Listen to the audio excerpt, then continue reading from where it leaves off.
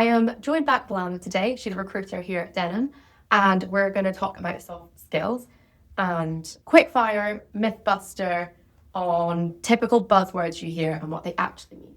Okay, let's go. So firstly, I wanted to talk about confidence. I often hear in the room next door the recruiters on the phone telling their candidates, go into the interview with confidence. But what does that actually look like?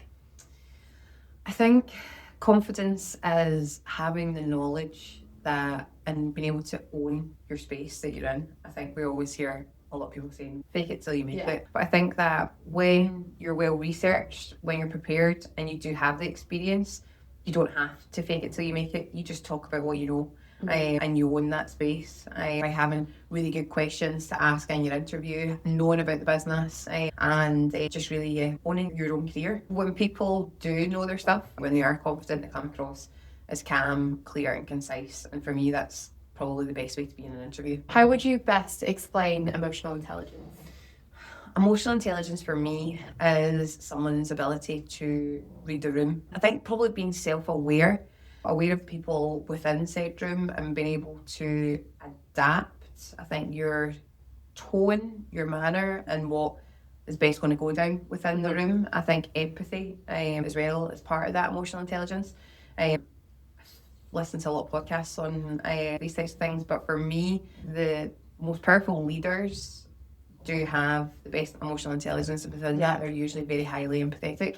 So yeah, it's the ability to read a room and to be able to understand the different people that you've got within that. Yeah, and I guess in an interview that would come across completely.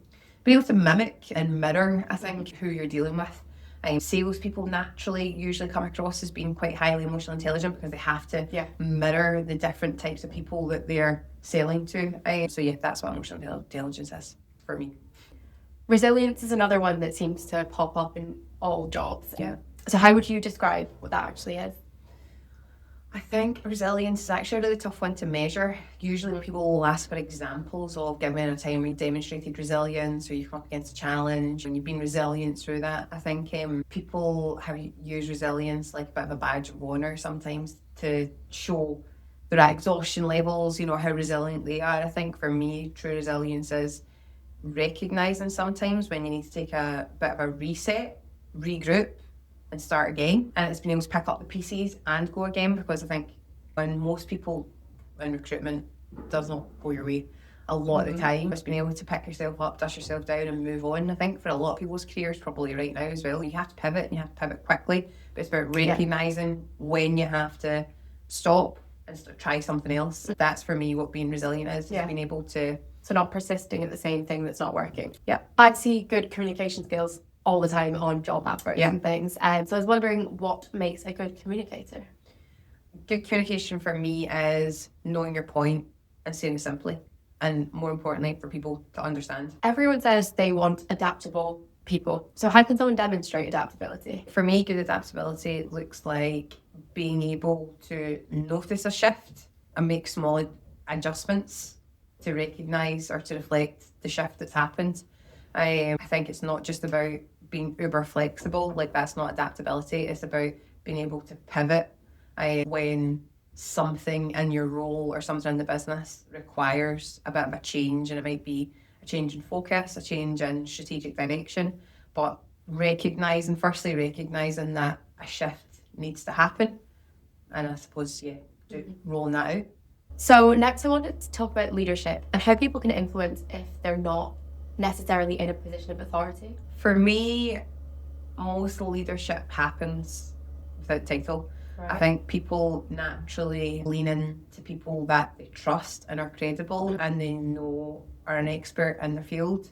I think it's very much that whole monkey see, monkey do. Yeah. If you want to influence others, I think you have to demonstrate that you are trustworthy, that you're credible, and that you do what you say you're going to do. Yeah. I think is the most important part of it. But for me, that doesn't come with a job title. That's being good at what you do and having your peers around you respect that and trust. People follow consistency, not command. So I think the best kind of advice I have is lead by example. So how much weight would you say the experience holds, whether that's grads coming in or maybe someone senior pivoting into a different industry? I think definitely experience then gets your foot in the door. I think curiosity is what keeps you relevant. I think whether you are starting your career or whether you're 20 years into your career, I think you should always have a culture of questioning, being curious, asking why is it necessarily done that way, not in a challenging way. I think wanting to really understand why the business operates in that kind of certain way. Why are we not doing this, or can we do something that way? Some of the most successful businesses of our my generation, and your generation, have a culture of openness, curiosity, and questioning.